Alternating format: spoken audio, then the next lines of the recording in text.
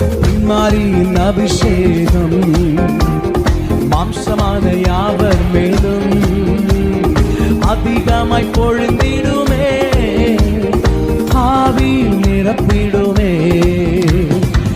மாரியின் அபிஷேகம் மாம்சமான யாவர் மேலும் அதிகமாய் பொழிந்திடுமே, ஆவியில் நிரப்பிடும்.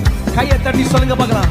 அக்கினியாய் இறங்கிடுமே, அக்னி நாவாக அமர்ந்திடுமே, பெரும் காற்றாக கண்களை மூடி கை தட்டி ஜீவ நதியாக பாய்ந்திடுமே.